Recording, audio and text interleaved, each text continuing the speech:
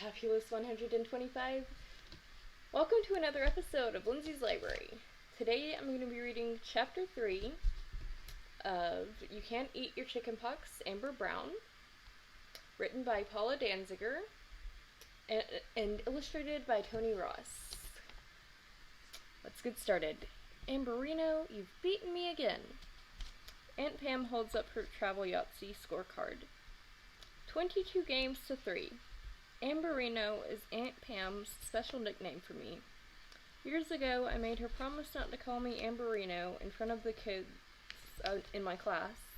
We start game number 26. I'm tired already, and we haven't even gotten on the plane. This morning, I was so excited that I got up at 5:30 a.m., and the plane doesn't even leave until 7 at night. After some last-minute shopping, we dined at McDonald's. One last vanilla milkshake and french fries before going over the ocean.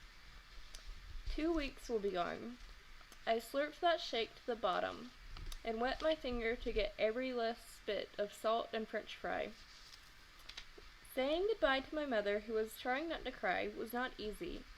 She was so upset that I forgot to warn her. And there's her mom waving goodbye to her at, I guess that's the I guess that's what that is. I've never been to an airport, so I don't know what that is a picture of. So, to watch out for bugs, because I got a couple of bites while sleeping. Once Aunt Pam and I went through the door and got our passports checked, I couldn't get out to see my mother again. Aunt Pam says that's what happens when we go to foreign countries. When you go to foreign countries. So we've just been sitting around in the waiting area and playing travel Yahtzee games. And there's Amber with her aunt and the person that checks the passports, I guess.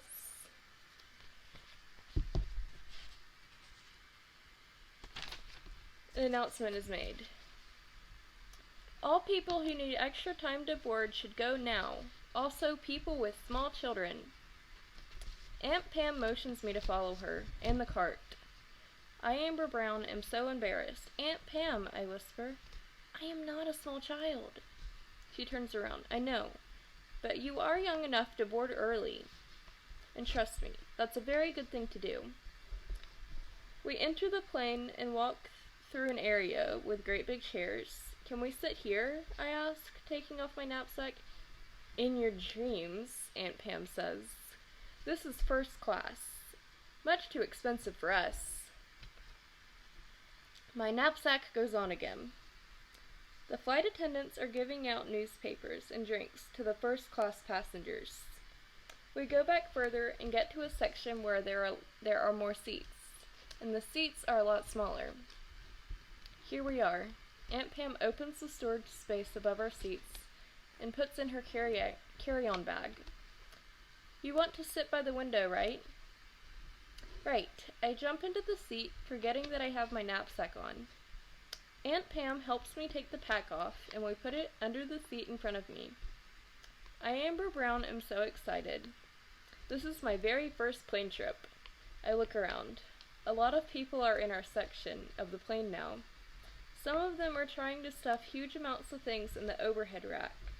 A guy is rubbing his head because he's been hit by a bird cage that someone dropped while trying to put it in the overhead rack. Another person holding her arm got hurt when someone walking past accidentally whammed her with an umbrella. Pointing out the hurt people, I say to Aunt Pam, now I know why you want to get on early. Trust me, I've been going to London at least once a year for the last 15 years. When it comes to traveling, I know what to do. She pats the top of my head, and there they are on the plane. And there's a... I don't know if that's a woman or a man standing in the aisle, but that must Yeah. Well, a person standing in the plane aisle. I am not a dog. I hate to be patted on the head. She smiles and says, "Oops, sorry, but it could be worse. I could pat you on the head and call you Roverino. Sometimes the people I love drive me crazy. More and more people get on the plane. Some of them have so much stuff that soon there's no room in the luggage racks. Finally, everyone is sitting down and everything gets put away. I wonder what the flight attendant did with the empty bird cage. I wonder if the bird who normally lives in that cage is flying over on his own and will meet the owner in London. I wonder if the bird has got a passport. I wonder if this plane is ever going to take off." Putting on my seatbelt, I realize that I'm so excited I can hardly stand it. The pilot's voice comes over the loudspeaker and says the plane is going to London, Heathrow Airport, and anyone not planning to go there had better get off right now. A screen gets pulled down by the flight attendant, and a movie explains all about safety and what to do if something happens. That makes me nervous. I look over at Aunt Pam, who is looking at a piece of paper. "Pay attention, please." I tug at her sleeve. "You're the grown-up here." She looks surprised, and then she says, "Honey, I make this trip every summer. I know what to do. Don't worry." The plane starts to move along the ground for a while, and then it stands in a line of planes for a very long time. Just as I begin to think that we're never going to move, we do, and the plane takes off. It's so exciting. I, Amber Brown, am up in the air. Something tells me that this is going to be 2 weeks that I'll never forget. And that ends chapter 3 of You Can't Eat Your Chicken Pox, Amber Brown. I hope you enjoyed this chapter and this episode. If you did, please be sure to like and subscribe. Also, before I get into all the links that are down in the description, happy Star Wars Day!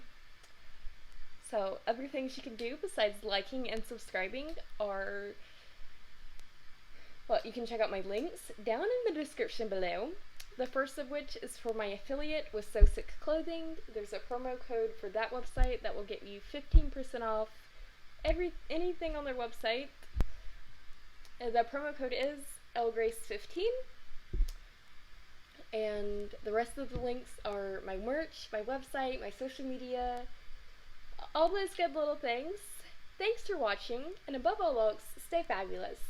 Bye!